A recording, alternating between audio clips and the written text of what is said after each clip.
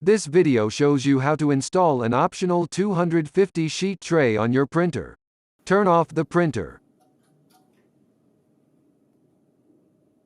Unplug the power cord from the electrical outlet, and then from the printer. Unpack the optional 250 sheet tray.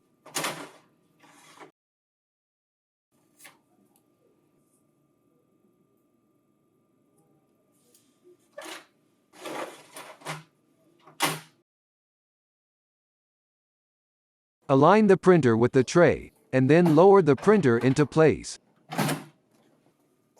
Connect one end of the power cord to the printer. To avoid the risk of fire or electrical shock, connect the other end of the power cord to an appropriately rated and properly grounded electrical outlet. Turn on the printer. When removing an optional tray, make sure to unlock it from the printer first.